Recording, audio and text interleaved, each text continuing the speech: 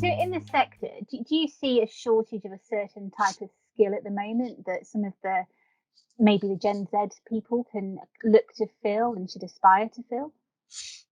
Well, I'll be perfectly blunt. It's always been an industry that has failed to attract women, and I think the perception of a bunch of muddy and oily guys sitting on a on a on a drilling rig probably isn't the perception that we really should be known by. And then so that's always something we're always trying to make sure we try to have diversity. I'm the father of two girls. I want equality more than anyone does.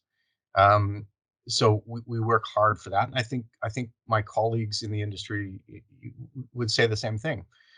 And then in terms of professions that I think we're missing, I think engineers are the really critical piece that we're starting to lose, because if you go into a form of engineering, I think there's less and less people picking chemical engineering or petroleum engineering.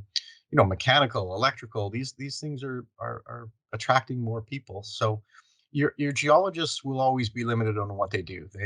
They look at rocks, so we're always going to have people who want to be geologists, and those people will always want to look at rocks. Finance people, they're probably the most transferable of the skill sets.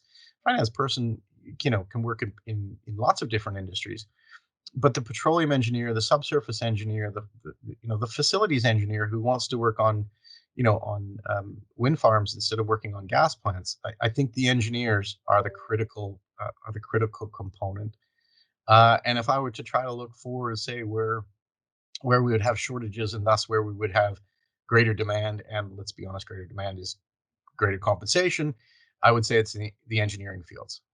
To have female engineers all over the place. Well, you know what? That'd be great. That would be great.